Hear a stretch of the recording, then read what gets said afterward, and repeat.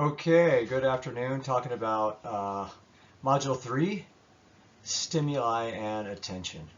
Now we have this scenario, and I found a photo which I thought kind of reminded me of the scenario. You're driving along a road when a deer crossing sign catches your eye. When you look back at the road, you notice the brake lights of the car in front of you. A vehicle, well, I've got two vehicles, so it wasn't perfect, is approaching in the opposite lane, and there's a ditch on the right side of the road. The ditch here is not a super steep and intimidating ditch, but there's the layout, there's the picture.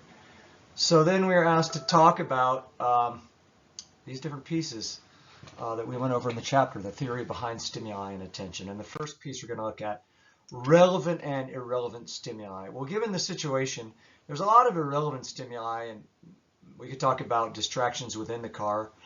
But of the things that we were given in this situation, which is the meaning I took from the prompt, of these of all these things we're looking at in this picture, kind of can we prioritize using our information processing model? What's the kind of our biggest priority? So to my mind, sort of most relevant to least relevant of those things given to us: deer crossing, brake lights, vehicle approaching, ditch. So four things really. Yeah, it's sunny, it's a nice day, there's a curve ahead, it's, pretty out, a nice, kind of spring day. So, but if you want to prioritize those, I would really, based on driver's ed and stopping distance and all the things we learn when we drive, number one thing we got to worry about right here, those brake lights right on the tail of the truck there, right? That means that car is slowing down. It means our distance is going to start closing between that car if we don't brake. So that's really the first thing we're going to need to worry about. Second thing, most relevant. I kind of debated about whether it's the cars on the other side of the road or the ditch, but I went with the ditch. Really, because this ditch in this scenario is a way you can sort of escape or get out of the situation. You really, on a road like this, can't really use that other lane. You're going to be staying in your lane behind that truck, especially with cars and a car approaching on the other side. You're not going to be able to use that. It's not really any type of out for you to get to. And in my driver's ed back when I took driving, one of the things was always leave yourself an out. Where's the option? Where could you go if things got hairy? And obviously that oncoming traffic lane is not a choice really in that case. So I think the more relevant piece is that you have a ditch. You have someplace you could go. Yeah, you don't want to go down in that ditch, but that's kind of, to my mind, number two. Number three, those cars, obviously you have to know that they're there. In some scenarios you may need to dive over to that side, but not, again, not very safe in this kind of conditions. And then finally, I'd say the last thing is the deer crossing sign. I mean, you see a lot. I think of all the deer crossing signs I've seen in my life compared to how many deers I've seen, and it's a lot more deer crossing signs and not a whole lot of deer. So not to say that you don't always want to be aware, but that as something that you'd want to spend any time thinking about or keeping your eyes on, you really wouldn't. So to me, that's the relevant and irrelevant stimuli in terms of that's going to help determine the response that you make to the scenario that you're in. So then, next piece, Hick's Law. Let's talk about Hick's Law.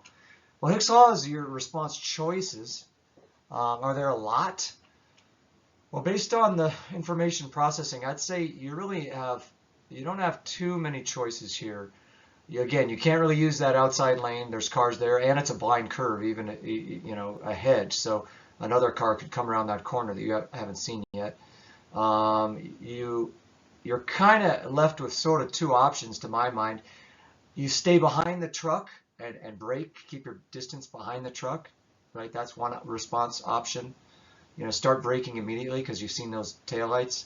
And then if you need to get off the road and things get hairy, then your second piece is you're going to move over towards the ditch. Now, the scenario it was pretty vague. It didn't say, I mean, is this a big drop-off ditch that you really wouldn't want to use because you're risking a big wreck?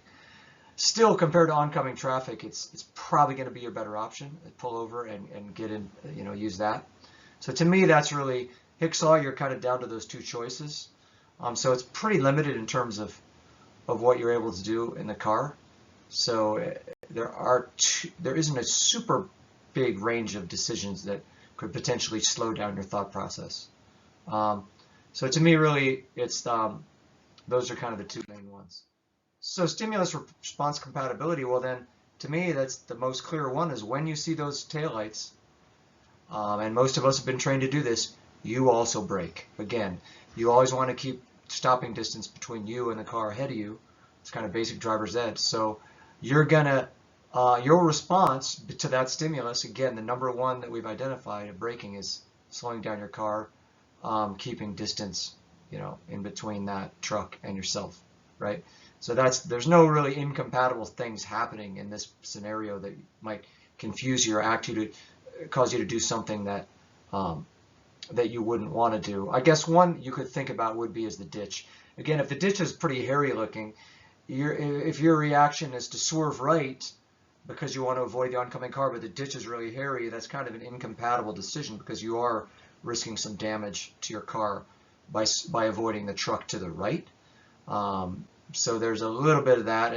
Again, to me, sort of points to stick behind the truck and brake and stay back from the truck. Then we had this scenario where the car in front, so in this case the truck, swerved right, then left.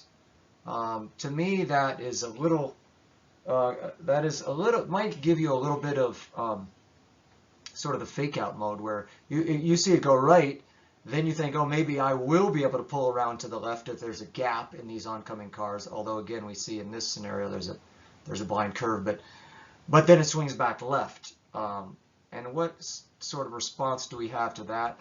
To me, that of all these things gets my attention the most. To me, when a car starts doing stuff that's unpredictable, that's really kind of one of the most dangerous signs of a driving scenario where you just don't know what that car is doing.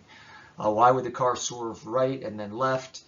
You're looking for something predictable. To my mind, that's really kind of the most, in terms of the theory of arousal, that's going to get me kind of aroused quickly. Like, wait a second. Or I might even get back, what's this guy doing? You get a little, there's road rage that could come into play here. What? Come on, what's this guy? He's going back and forth, So that's a situation where you really want to think about your defensive driving skills. Again, to me, the clear choice: brake hard, get distance, keep distance between this unpredictable car that's in front of you. Then finally, your attentional style.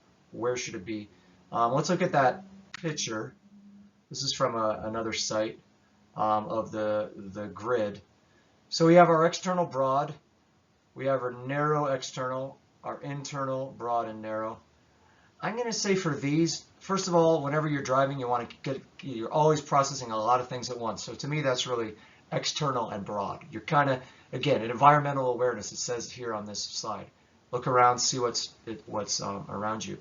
And then finally, and then narrow external is then the execution focus. So to me, really, it's those two, and I've highlighted them. You're aware of what's happening.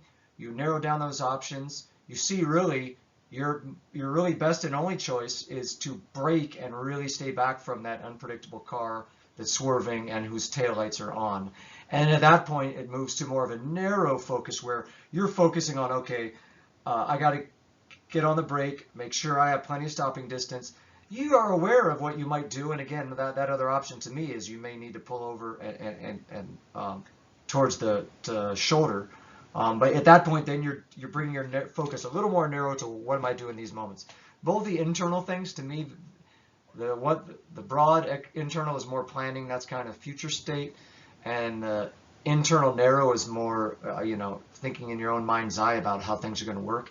I think in this scenario, you're really responding to those external cues, and you're really looking at those two, kind of starting with that general awareness and then focusing down into what you need to do. Okay, thanks so much, guys.